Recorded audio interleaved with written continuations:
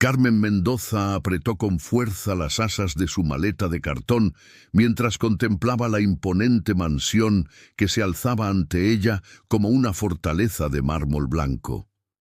Las rejas doradas brillaban bajo el sol de la tarde y los jardines, perfectamente cuidados, parecían sacados de una revista europea.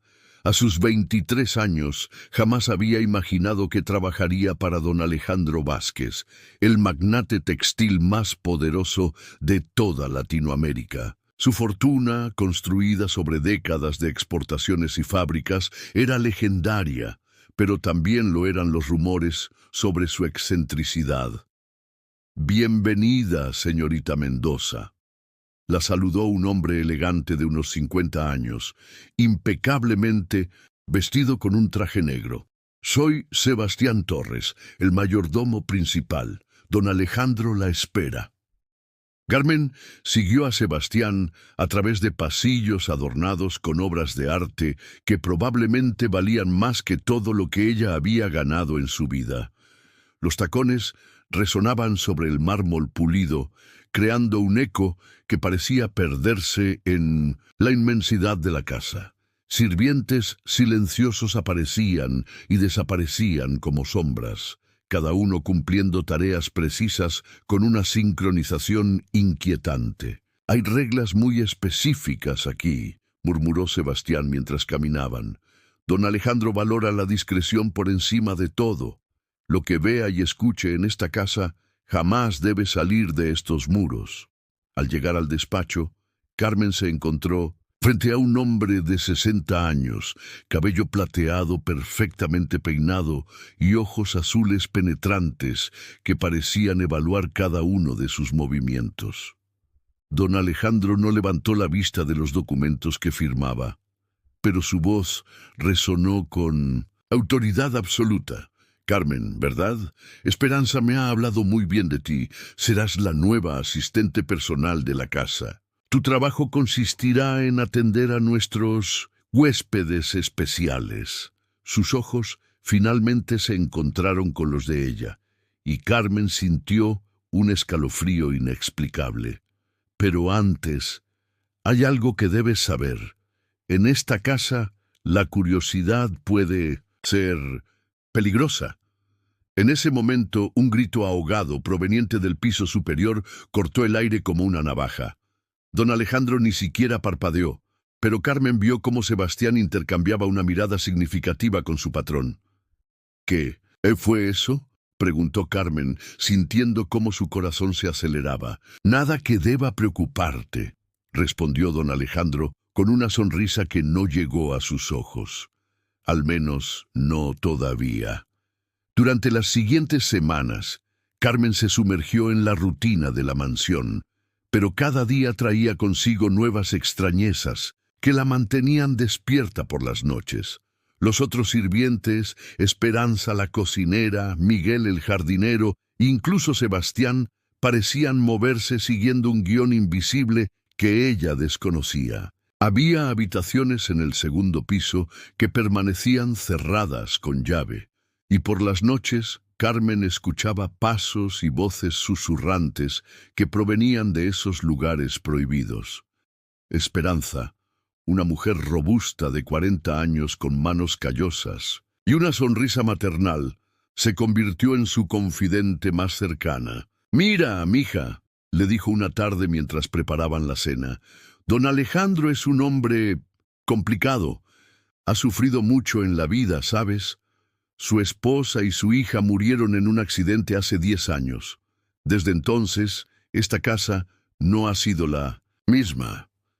«¿Pero qué hay en esas habitaciones cerradas?», insistió Carmen, bajando la voz. «Y esos gritos que se escuchan por las noches». Esperanza dejó de picar las cebollas y miró a Carmen con una expresión que mezcla tristeza y advertencia. «Hay cosas en esta casa que es mejor no saber, Carmen. Don Alejandro nos paga muy bien por nuestra discreción, ¿entiendes? Pero la curiosidad de Carmen era más fuerte que su prudencia. Una noche, mientras todos dormían, decidió investigar por su cuenta. Tomó las llaves maestras que había visto que Sebastián guardaba en su escritorio y subió silenciosamente al segundo piso. Su corazón latía tan fuerte que temía que alguien pudiera escucharlo. La primera habitación que abrió la dejó sin aliento. Era un dormitorio perfectamente conservado, obviamente femenino, con vestidos colgados en el armario como si alguien fuera a usarlos al día siguiente. Fotografías de una mujer hermosa y una niña de ojos grandes adornaban la mesita de noche. Carmen reconoció inmediatamente a la esposa e hija fallecidas de don Alejandro, pero fue en la segunda habitación donde descubrió algo que cambiaría todo para siempre. No era un dormitorio, sino una especie de laboratorio médico improvisado, con equipos que Carmen no podía identificar. Y en el centro, conectada a varios tubos y monitores, yacía una figura inmóvil en una cama hospital. Carmen se acercó lentamente, y cuando la luz de su linterna iluminó el rostro de la persona en la cama, casi grita de la impresión. Era la esposa de don Alejandro, pero no estaba muerta. Estaba respirando, aunque su respiración era débil y artificial, asistida por máquinas. «No deberías estar aquí», dijo una voz suave detrás de ella. Carmen se volteó bruscamente y se encontró con don Alejandro, que la observaba con una mezcla de tristeza y resignación. Ya no parecía el magnate poderoso y controlador. Ahora lucía como un hombre roto, derrotado por el dolor. «Ella no murió en el accidente», confesó don Alejandro acercándose a la cama. «Quedó en estado vegetativo. Los médicos dijeron que nunca despertaría, que era mejor dejarla ir. Pero yo no pude perderla». Carmen sintió como las piezas del rompecabezas comenzaban a encajar, y los gritos que escucho, «Mi hija, Isabella, está en la habitación de al lado. También sobrevivió, pero el daño cerebral fue severo. A veces tiene episodios, pesadillas.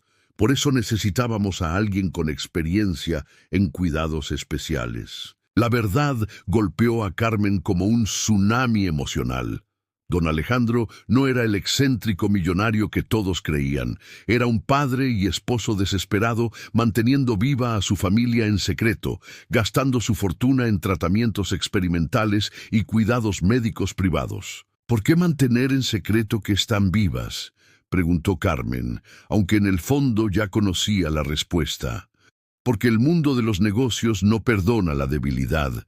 Si supieran que gasto millones en mantener viva a mi familia, que mi juicio está nublado por el dolor, perderían la confianza. Mis competidores se aprovecharían. Y además...» Don Alejandro hizo una pausa, luchando contra las lágrimas. «No soporto la lástima de la gente». Durante los siguientes días, Carmen se debatía entre la compasión y el dilema ético de la situación. ¿Era correcto mantener vivas a personas que quizás nunca recuperarían la conciencia? ¿O era el amor más puro que había presenciado jamás? Sebastián, al descubrir que Carmen conocía la verdad, se convirtió en su aliado inesperado. «Llevamos 10 años cuidándolas», le confesó una tarde. «Don Alejandro nos contrató no solo como sirvientes, sino como cuidadores especializados. Esperanza era enfermera antes de venir aquí. Miguel estudió fisioterapia y yo perdí a mi propia familia y entiendo su dolor». La revelación de que todos los sirvientes eran en realidad profesionales médicos disfrazados añadió otra capa de complejidad a la historia. Carmen comenzó a comprender la magnitud del sacrificio de don Alejandro. Había convertido su mansión en un hospital privado. Había renunciado a rehacer su vida, todo por mantener viva la esperanza de que algún día su familia despertaría. Pero el mundo exterior comenzaba a hacer preguntas. Los reporteros financieros notaban los gastos médicos extraños en las cuentas de la empresa. Los socios comerciales se preguntaban por qué don Alejandro rechazaba todas las invitaciones sociales. y los competidores empezaban a especular sobre su estabilidad mental. La crisis llegó cuando un investigador privado, contratado por los socios descontentos de la empresa, comenzó a rondar la mansión. Carmen lo vio desde la ventana tomando fotografías del jardín y haciendo preguntas a los vecinos. «Tenemos que hacer algo», le dijo a Sebastián esa noche.